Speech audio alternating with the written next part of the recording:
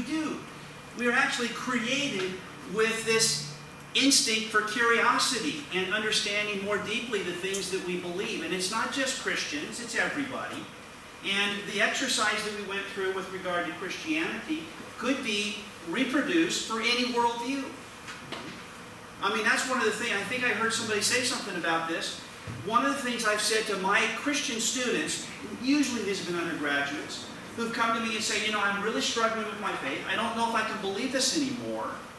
One of the questions that I ask them is, what would you believe instead? And on what basis would you believe it? And that's an important question because you cannot not believe in anything. Right? You're going to believe something. And if you can get clear about what that is, it's not as if the only people in the world who believe things are crazy religious people or Christians or whatever. Right? People who don't believe that believe something else. And that's always risky. Belief is a risky thing, regardless of what your beliefs are, because life itself contains risks. And what we believe determines how we navigate our lives. And we could end up with mistaken beliefs, right? And navigate the world and our circumstances in a completely mistaken way, misguided way, wrong-headed way, and end up where we didn't want to end up. One of my friends says that our beliefs are like railroad tracks. And once you get on that railroad track of those beliefs that you have, they're going to guide you to the destination that is sort of the destiny for anyone who seriously believes those things. And it doesn't matter what it is. That's how beliefs work. And so it's very important to have true beliefs. To live responsibly in the world is to have true beliefs, especially about the things that matter most. And the question is, how do you get yourself into a position to do that? Or to increase the chances that what you believe is true? That's really what it comes down to, is how do you improve your chances of believing what's true, so that you can then live responsibly in the world. And I want to talk to you about that with the little bit of time that we have before we start smelling the aromas of dinner in the air. And then it will be impossible to keep your attention. Okay, so my first assignment from Dwayne, let's see, he's giving me homework. You know, that's just what a student would do, isn't it? Invite you and then say, here's what you have to do now. All right? So what he asked me to do was to give you a talk about the importance of evidence and what might be the limitations of evidence as we think about the Christian faith, what we believe, whether it's reasonable, and how do you make it seem to others to be as plausible as it seems to you. Right? So that's my assignment, and he says you get like 30 minutes to do that. All right? But this is really just to kind of prime the pump, get us thinking about what evidence is, why it matters, and where evidence can take us, and where we need something else to supplement evidence if we're going to really make this work. So that's my assignment. And you see here I've got this question, why evidence matters. And I think I've already addressed that. You see it when you responded to him during his presentation. But just notice that self-identifying Christians in America today are dwindling in percentages. Percentages is important because the numbers might be going up, but the numbers of unbelievers are going up too. Right? And I don't even know what they are. A few years ago when I first prepared a public presentation along these lines, they were saying that it was down within recent years some 10%. I think it's much more than that now. And of course there is the question too, how many believers or self-identifying Christians even know what it means to be a Christian? If you don't know what it means to be a Christian, but you call yourself one, then there's a legitimate question whether you really are one. So that's one big deal too, right there. People might think, well, being a Christian is being born in a certain part of the world, or to a certain kind of family that goes to church, or whatever, right? Being baptized in the church, that makes you a Christian, or whatever. And so how do people, on what basis do people self-identify as Christians? That could be all over the map. And of course, the real criteria are going to be, what did Jesus have to say? And those whom he appointed to be his primary authoritative representatives in his absence when he left this earth, his apostles. So, on what are the criteria for identifying as Christian? Now, that's not my point here. I'm simply saying there probably are not as many Christians in America today as even claim to be Christian. Not to mention the way the statistics of self-identification are actually going down to a certain extent. Now, there is word in the wind right now in the aftermath of certain recent events, some of them quite traumatic socially, that we're kind of on the cusp of a revival in this country. Now, I don't know about that. I don't know how you know when a revival is happening and when you don't. I think it's easier to tell after it's happened. And you see the transformation of society and hearts and so forth. And we're going to have to wait and see about a lot of that. Okay? And I hope it's true. We're in this world for a reason, right? We're here in the business of seeking to make the person of Jesus Christ seem to others to be as attractive as he is in his own self and as he has presented himself to us to be. Okay. Now in Acts 14:1, we have one example of many in the book of Acts and elsewhere in the Bible of numbers, multitudes of people who believe in response to just one message. A great multitude believed, and I ask the question, why? And the question's answered in the text. It says why. It says, because of the manner of their speaking. I believe they were persuasive. They got up and they presented a message in a way that persuaded a multitude of people to believe. Now, I had a great teacher named Norm Geisler who once said that we don't bring people to Christ. We bring Christ to people. Jesus Christ was not 100% successful by the standard of persuading all he sought to persuade. There were many who repudiated him. There were some who followed him and then abandoned him. Even some of his most intimate circle of friends, including number one, foot and mouth apostle Peter, who said, "Oh, I'll always follow you to the very death," and within hours he was denying Christ. So if we think that our message is only true if we can persuade everybody who doesn't believe it, then, we have to re-examine our assumptions. Jesus didn't teach us that, and he didn't demonstrate that. Why? Because you and I, as human beings created in the image of God, are self-directing. We exercise free will. We're going to be talking about free will later tonight. But we exercise free will, and he is non-coercive, even though he seeks to be persuasive. And that's why people who hear the truth and have it presented in a very compelling way can still not believe it. Right? But it was their manner of speaking. Now, Christianity, I want to just quickly go over this slide, is what we might call a knowledge tradition. We believe that we have knowledge. Right? That we know that there's a God that has certain properties. Even if we get confused about what it means for God to be, omnipresent, right? As it came up earlier, we do believe that he is. That there is some sense in which God is present in all places, and there is no place where God's conscious awareness is not active. Okay. Now, we can get in the weeds about the details. But we believe we know this about God. We believe that we know that he's provided revelation for us that tells us more about what he's like. and what he's done for the world and what his attitude is towards his creatures, ourselves. We believe we have knowledge. And it's not real popular today to claim to know things, especially controversial things. But all the things that matter are controversial. On every question that really matters, you've got people who disagree.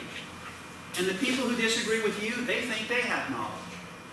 So don't forget that you're not the only one who believes that you stand in possession of knowledge. You could be mistaken about that. Or they could be mistaken about that. And we're going to get into that a little bit. But here are some things. We know the truth. The truth we know sets us free.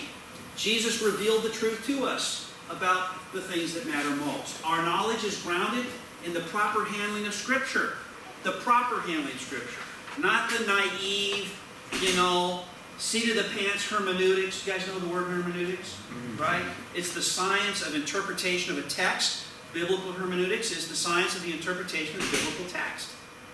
And you have to do that in a responsible way. You can't just wing it. Okay? So you've got to follow appropriate, responsible principles. And if you do, we believe you will acquire knowledge. You don't have knowledge just because you can think of a proof text for something you believe, unless the text actually supports what you believe. We're the custodians of this knowledge tradition. And the Christian knowledge tradition is politically incorrect, which is probably not very common language anymore. Now we talk about woke versus non-woke and things of that sort.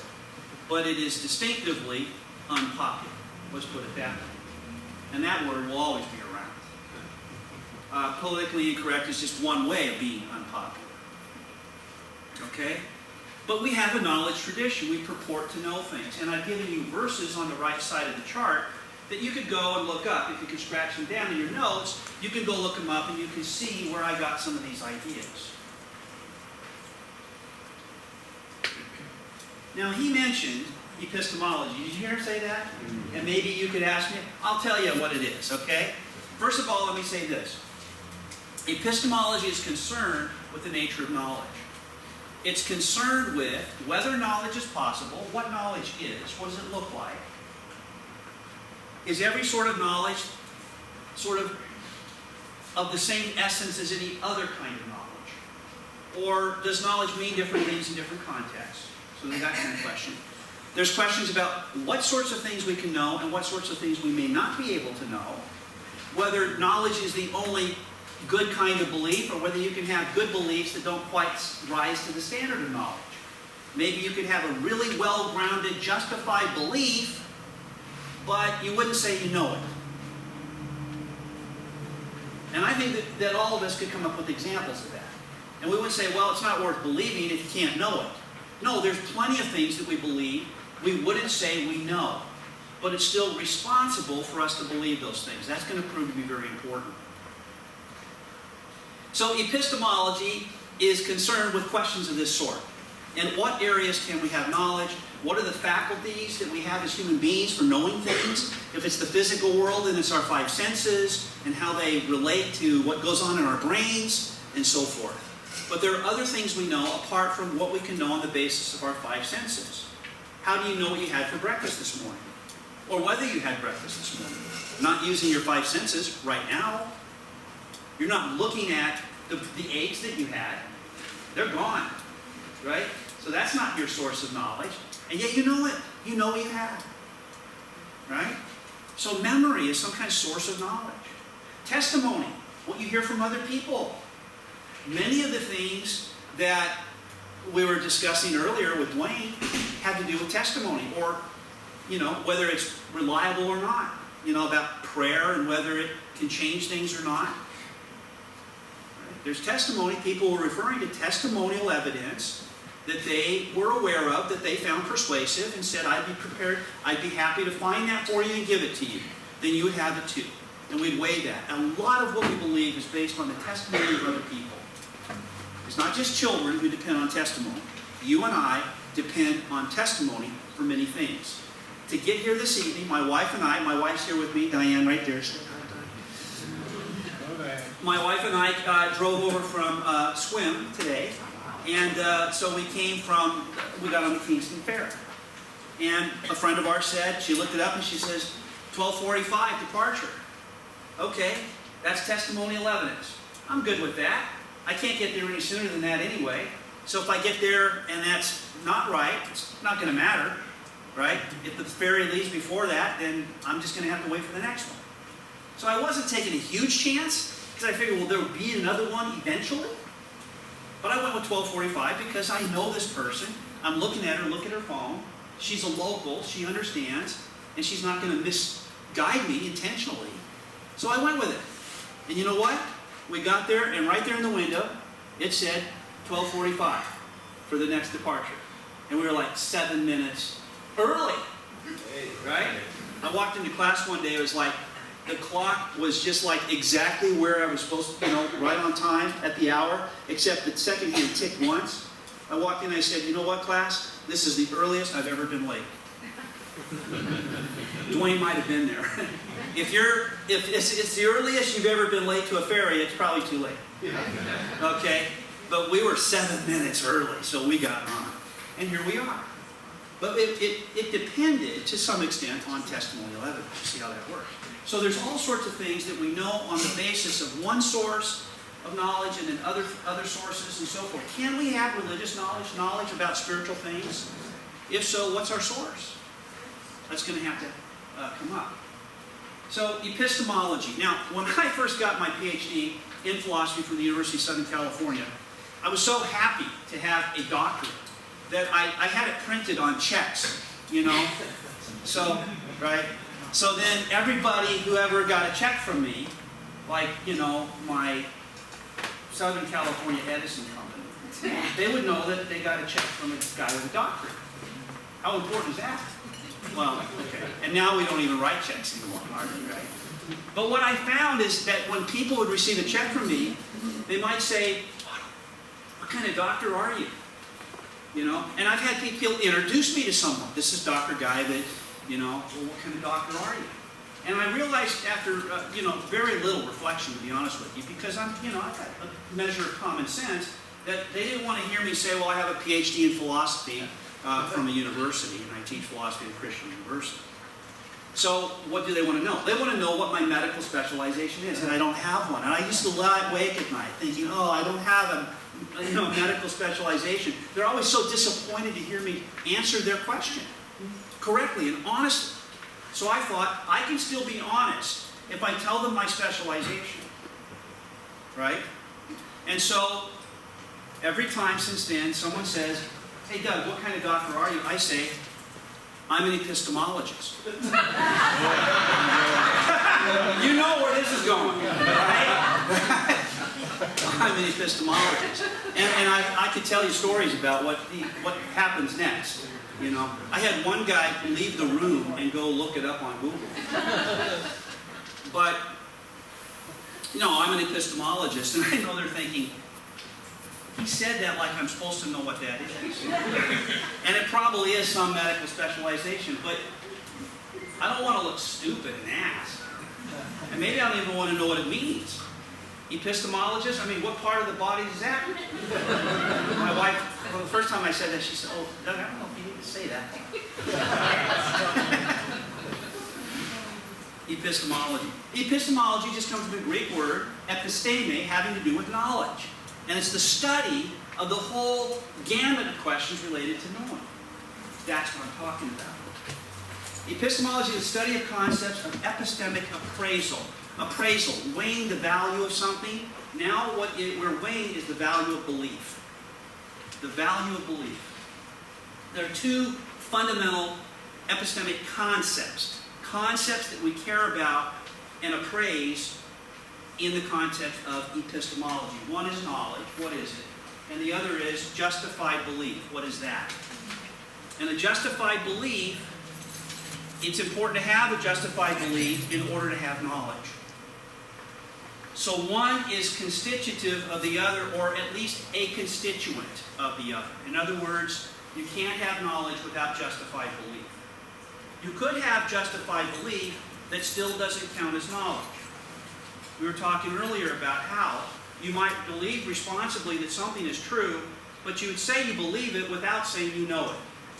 Just write down some examples of your own. It won't be hard for you to think of things, right? It might be something that requires more precision than you have to know it, but you've got some probabilistic evidence to be in the right ballpark.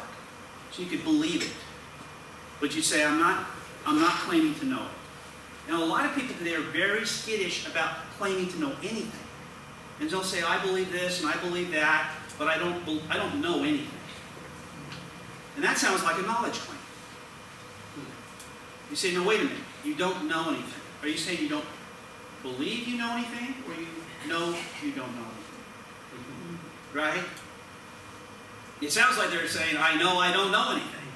Well, you know something. In other words, you know you don't know anything except that you don't know anything. You're getting started on something there, right? And if you say, well, now how do you know that you don't know anything? Now, maybe you're going to find out if you can know that, and there's other things you can know, and then it turns out you didn't know, because it wasn't even true. There are other things you know. So another thing that has to be true in order for you to have knowledge is what you believe has to be true. It's not enough to have lots of good reasons to believe it. It's also got to be true. Because you can have reasons to believe things that turn out to be false. And you probably have abandoned certain beliefs that you used to believe, things you used to hold, and that was because you thought the evidence indicated that they were true, and now you've changed your mind because you think on greater consideration of more evidence than you had before, whatever, that's probably not true after all, and now you don't believe it. So, you can think you know things that you don't. Right? You can be justified in believing things that you don't know. Right?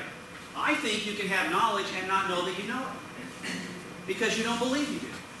And yet you do. So, you can know something to be true, and you say, well, I do believe it. And I might say, I suspect you know it. And you say, no, I don't think I know it. Okay, is it possible for you to think, I don't know that, and be wrong about that? You actually do know. And I think the answer is yes, because, well, we can live in a society where we poo-poo knowledge all the time, and we say, well, that's just not possible. And so you don't trust your convictions enough to believe that you know it, even though you actually do have knowledge. And we live in a time when people are they're causing suspicion about knowing the most obvious things in the world. The most obvious things in the world. I'm not going to give you examples. But epistemology is concerned with what makes a good belief good. And my question for you is, are you good at believing the things you believe? Are you good at that? Have you ever thought about that? Okay? We can be good at lots of things, but beliefs, maybe we don't even stop to think about what it would take to be good at having good beliefs. What does it take to be good at believing things? We all have expertise in believing. Do we have expertise at the point of believing well? Believing responsibly? So what is knowledge? Well, I think knowledge, just as an initial attempt to say what it is, without being comprehensive and exhaustive, it's an adequately grounded true belief. Now, I can't go into the details of this, but some of what I've said has already helped probably see what I mean by this. The belief, you can't have knowledge when you don't have a belief. You don't know something if you don't believe it. But that's obviously not enough. It's also got to be true. So, a false belief will never be something you know. You might think you do, but you'd be mistaken if the belief that you have is false. What you believe has got to be true. But even true belief is not enough for knowledge. Because it can't just be a lucky accident that you believe something true for you to have knowledge. Knowledge has a higher value than that, and it's more secure than just true belief. Willy-nilly, accidental true belief doesn't rise to the standard of knowledge because it's not adequately grounded. Now, what does it take for a belief to be adequately grounded? We'll come to that in a moment, but first I need to answer a question: why does knowledge matter? Well, it's very simple, and it's related to something I said earlier. Knowledge matters because it is the basis for responsible action in the world.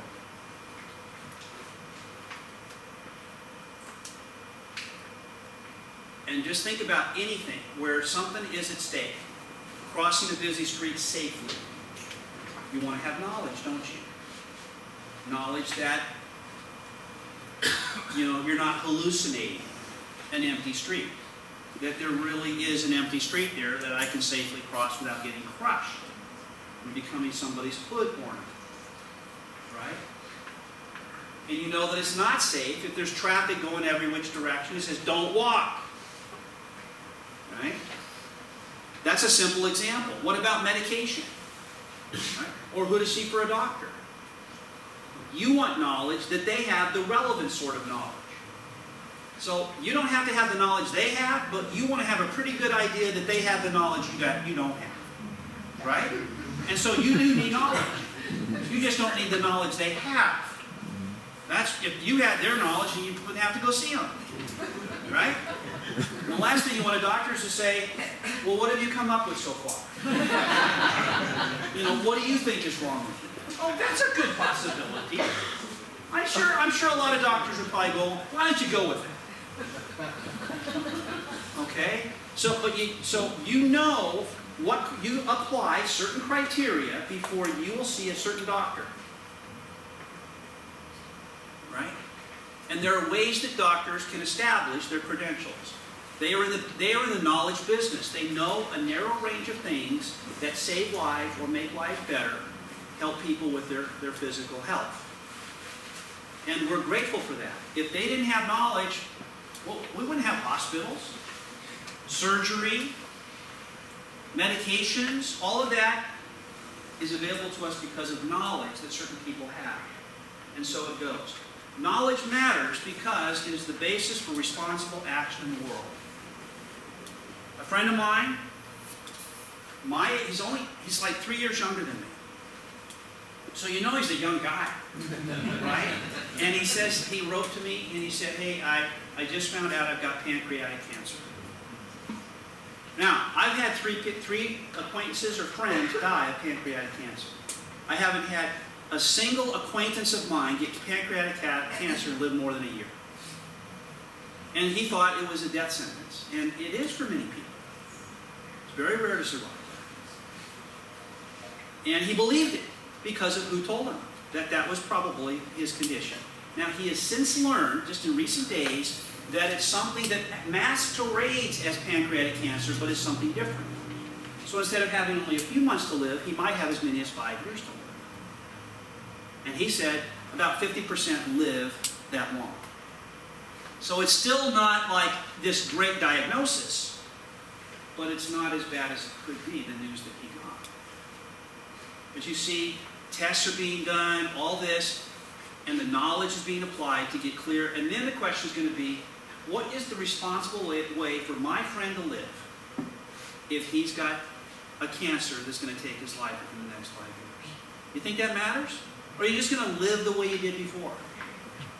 Well, ask anybody who's received a diagnosis of some fatal condition whether it made a difference in the way they live their lives going forward. It makes a difference. It makes a difference whether we have knowledge. Knowledge is the basis for responsible action in the world. Now, there are two basic facts. These are things that are true about me. And it turns out that's not why I'm a philosopher, though it's part of the story. But there are things that are true about you, too. Unless you're an AI. AIs are artificial intelligence, and they will always ever be artificial. They will never be the real thing. That's another story. We could have a whole lecture on it. In fact, we have a whole course on it. But one truth I believe I know about every human person in this room is that you, like me, are ineluctably truth interested. And you might say, how can I be ineluctably truth interested when I don't even know what ineluctably means? And here's what it means. I just like this word because in one word it captures this really important thing about us. And that is, we are interested in truth and we can't help it. We're stuck with that. It's how we're constituted. Truth matters to us. Now, we find ways to confuse ourselves about what's truth because other things matter to us too. And so we will suppress the truth in order to believe something that we wish were true. But we only do that because we care about truth. We've got to convince ourselves that something's true, even if we shouldn't believe it, because truth matters to us. It's just that we're not acting like it matters enough to really let the truth be what it is and not what I want it to be. But you see, we only do that because we care about truth, and we can't help it. We are ineluctably truth interested. Now, here's another fact about you and me. We are exquisitely evidence sensitive. Exquisitely. What I mean by that is, you are so sensitive to evidence that you are always believing and acting on the basis of evidence without even thinking about it. And of course, oftentimes you have to think about it, because it might be a really significant change in perspective that you're considering. And so you weigh the evidence, you collect the evidence, you scrutinize the evidence, you apply yourself in a diligent way with the evidence. But other times, evidence is just kind of coming your way and it just gets absorbed. It almost comes to you almost like it's coming right through your pores. You can be standing on a busy street corner, talking to a friend, and step off the curb and start walking without thinking about evidence. But it's not because you don't have evidence. You are still responding to evidence without thinking about it. And of course, this is risky because, you could get out in the middle of the intersection and go, oh my gosh, what have I done? Boom. That was a mistake. I should have thought about this. Okay. But there's ways that we manage our environment. We're so exquisitely sensitive to evidence that we respond to evidence without having to direct our attention to the evidence. But in many cases, it makes sense to direct our attention and to do it in a diligent and responsible way. And to do that, so I say, truth is our aim, right? We care about truth. That's our aim. Evidence is our game. So maybe that'll help you remember. Truth is our aim, evidence is our game. How do we apprehend the truth? We do it on the basis of evidence. Why? Because evidence is our truth indicator. It's what makes it likely that what we believe is true. Likely, not a guarantee.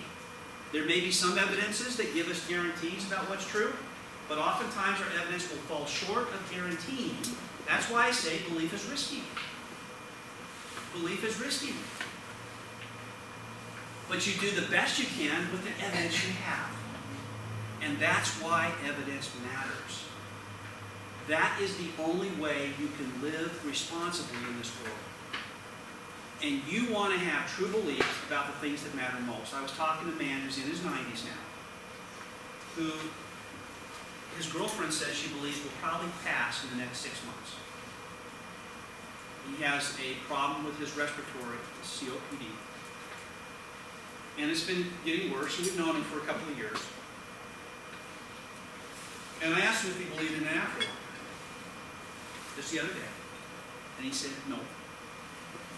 I said, what do you believe instead? He said, well, you see that? You saw that coming, didn't you? Well, I just believe it's over. When we die, it's over. I said, a lot of people do believe that. And I can see why.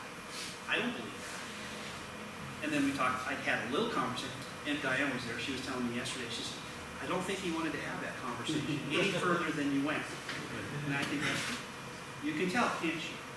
But you see, don't you think I said, I believe that this world is designed to prepare us for another world, another existence. And if we die without preparing ourselves for that, then that can make a huge difference to what that afterlife is going to be like for us. And I did it with gentleness and compassion. He doesn't dislike me because of it.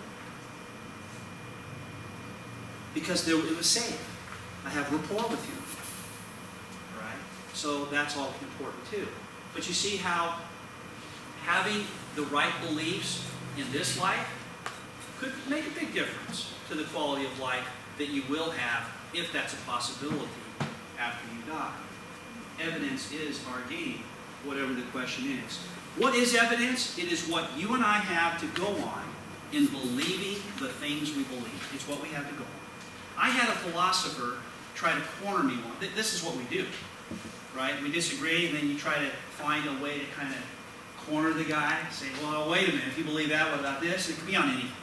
Trivial stuff, mostly. Okay? And he knew I was an evidentialist. An evidentialist believes that to have a responsible belief, epistemically responsible belief, you've got to have evidence. And he didn't believe that. And he said, so what is evidence? Like, you probably can't even say what evidence is. And not only can I tell you what it is, it's not complicated. It's what you have to go on in believing the things you believe. And you can be good at that or not. And he goes, oh, I hadn't thought of that. I love when that happens. But anyway, that's why it matters. And this weekend, we're going to be talking about evidences for and against the things that we believe. Are you into that? Does that matter to you? Do you think that that makes a difference to how you're going to live your life and whether you're living a responsible life as a Christian? Now you see, a lot of Christians believe the right things, but without evidence and a conviction of the evidence and a knowledge of what that evidence is, that could hamper them. It might make it harder. You might limp through your Christian life because you don't have the joy of conviction. Because a lot of people, here I'm going to end with this. A lot of Christians depend for their joy on hoping things they have no business believing are true. That if I suffer, God will make clear to me what reasons He has for permitting it. Maybe, maybe not. So you don't want to cruise along with assumptions you just kind of pick up along the way about the point of suffering or how to deal with it and cope with it or anything like that. You want to have good ideas. Ideas that are most likely true. When you pray, do you pray well? Do you pray with proper beliefs? Where did you learn to pray? I'll bet you I can tell you how most of us learn to pray. Most of us learn to pray by observation of others and imitation. Just think about it. Ask yourself, is that how I learn to pray? Is that mine? Do I pray a lot the same as other people I've been around? Where did I learn how to pray? Now that I think about it. I think it's largely observation and interpretation. But what if the people you're observing don't know how to pray? But they're praying as if they do. Tomorrow I'm going to be talking about the New Apostolic Reformation, and I might even mention a form of prayer that's not biblical. And any form of prayer that's not biblical is a prayer. And if you engage in such a form of prayer, you might think you're as spiritual as they come, and yet you're not in contact with God. We want to have true beliefs about prayer. Something as simple as that. And if you want to know how to do inventory on your praying, we can talk about that. But I'm out of time. I think it's dinner time. Mm-hmm. Am I right? Yep. Thank you for your attention. Look forward to our conversation.